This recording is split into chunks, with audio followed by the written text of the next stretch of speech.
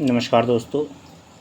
समुद्री प्रेतों का आतंक यह कहानी है और कहानी रोमांचक है और मैं कहानियाँ पढ़ने का शौक़ रखता था, तो अपने ही समय में मैंने यह कहानी पढ़ी थी और सुंदर कहानी है।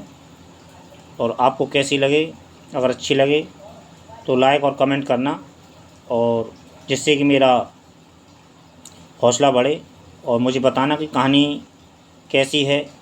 और आप यह भी बताना कि आपको कैसी कहानियाँ पसंद हैं, तो उस विषय में मैं आपको अच्छी अच्छी कहानी ला के दे सकूं।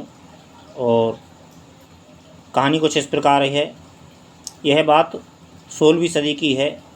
उस समय दक्षिण अफ्रीका के पठारी क्षेत्र में अक्सर ज्वालामुखी विकराल रूप धारण करते हुए ऊंची ऊंची पहाड़ियों से फूट पड़ता था और ज्वाला के रूप में अपना लावा बिखेर देता था। वह भी लाल लाल तरल पदार्थ के रूप में, जिसे देखकर ही लोग दहशत में हो जाते थे। पठारी क्षेत्रों में रहने वालों का जीवन सुरक्षित नहीं था, क्योंकि वहाँ कब ज्वालामुखी फूट पड़े कहा नहीं जा सकता था। इसलिए वे लोग मौत के साए में जीने के लिए विवश थे। पहाड़ियों पर मौजूद हरियालियाँ देखकर ऐसा लगता था कि यहाँ कभी मौत का लावा भी अग्नि रूप में फूट पड़ेगा, मगर होनी को कौन टाल सकता है। पहाड़ियों पर स्थित दूर से दिखने वाली हरियाली लोगों को मुग्ध कर देती थी। ऐसा लगता था मानो प्रकृति ने अपने लिए सुंदर संरचना की हो। मगर जब उसी जगह ज्वालामुखी फूटता तो लोग हैरान रह जाते थे। मगर सत्य तो सत्य ही होता है, जिसे झुटलाया ही नहीं जा सकता, क्योंकि उसी सुंदर वादियों में मौत खौफ समेटे हुए ज्वालामुखी फटता था तो ऐसे लगता था जैसे किसी ने वहाँ मौत का तांडव मचा दिया हो। ज्वाला देखने वालों के लिए भी एक खौफ उत्पन्न कर देती थी, क्योंकि उसमें से निकलने वाला लावा तीव्र ज्वलनशील बलकर साक्षात अग्नि के रूप में पिघलते हुए द्रव्य के रूप में बहने लगता था और उसके आसपास रहने वाले लोगों के अपने आवरण में ढकने लगता था। परिणाम स्वरूप चारों ओर मौत की चीखें सुनाई देने लगती थीं। वह अग्निरूपी ज्वालाशील लावा बहते हुए आबादियों को नष्ट करते हुए समुद्र की ओर बहता चला जाता था और अपनी ज्वलनशीलता को लेकर समुद्र की गहराइयों में उतरता चला गया।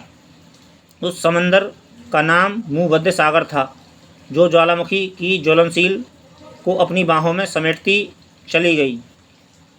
उस समय समुद्री यात्रा का प्रचलन काफ़ी जोरों पर था।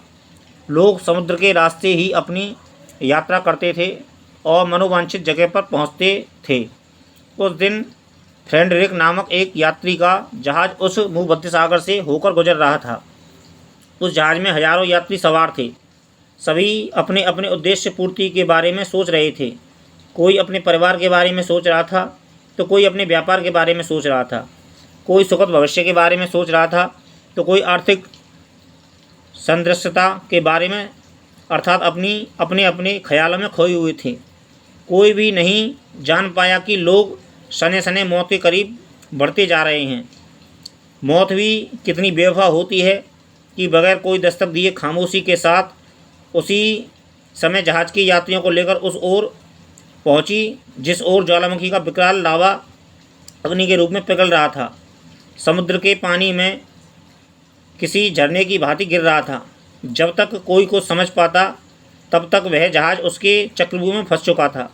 अचानक यात्रियों में चीख पुकार मच गई और जहाज़ में आग लग गई और पल भर में ही सब कुछ जलकर खाक राख हो गया। सारे यात्री मौत के मुंह में समा गए। कुछ देर बाद मानो वहाँ कुछ हुआ ही ना हो।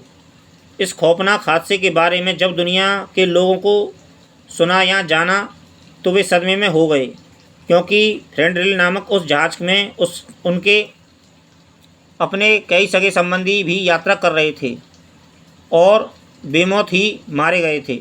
वहाँ की सरकार ने अपने कई अनुभवी गोताखोरों को घटनास्थल पर भेजा और अंदर से मृत व्यक्तियों के शव निकालने का आदेश दिया, लेकिन गोताखोरों को किसी भी व्यक्ति का शव हाथ नहीं लगा और न ही उस समय जहाज़ का कोई टुकड़ा हाथ लग सका। कुछ समय बाद उस जगह ज्वालामुखी का खौफनाक लावा भी गिरना बंद हो गया था, लेकिन उसका अस्तित्व और चिन्ह साफ दृष्टिगोचर हो रहे थे। ऐसा लगता था जैसे ज्वालामुखी का क्रोध शांत हो गया हो, मगर तब तक तो उसने हजारों निर्दोष लोगों की जान ले ली थी। गोताखोरों द्वारा वहाँ की सरकार को कोई भी महत्वपूर्ण सूचना हासिल नहीं हो पाई थी।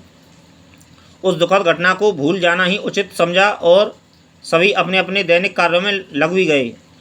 फिर कुछ समय बाद पुनः भूमध्य सागर से होकर एक यात्रियों भरा जहाज उधर से गुजरने लगा, तो ज्यों ही वह ज्वालामुखी का लावा झरने के रूप में गिरने वाला स्थान पर पहुंचा, त्यों ही अचानक उस जहाज पर एक साथ कई मानव कंकाल किसी टिड्डे की तरह आकर यात्रियों के गले में अपने भयंकर दांत गड़ाकर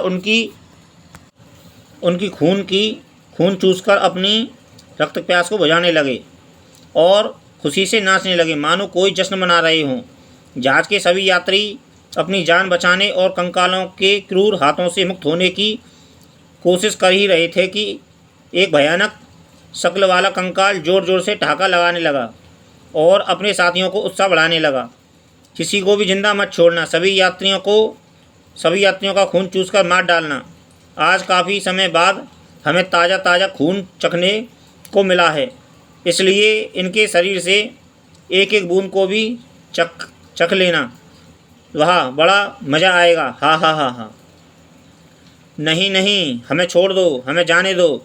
आखिर हमने तुम्हारा क्या बिगाड़ा है जो तुम लोग हमें जान से मारना चाहते हो? आखिर हमारा कसूर क्या है? कई यात्रियों ने गिड़गिड़ाते हुए एक साथ पूछा। कसूर? हा हा हा, कसूर तुम्हारा यही है कि तुम लोग जीवित इंसान हो और जीवित इंसान का खून चूसना और अपनी प्यास बुझाना हमारा कर्तव्य है। इसलिए हाथ आए शिकार को हम कैसे छोड़ दें? बिल्कुल नहीं छोड़ सकते।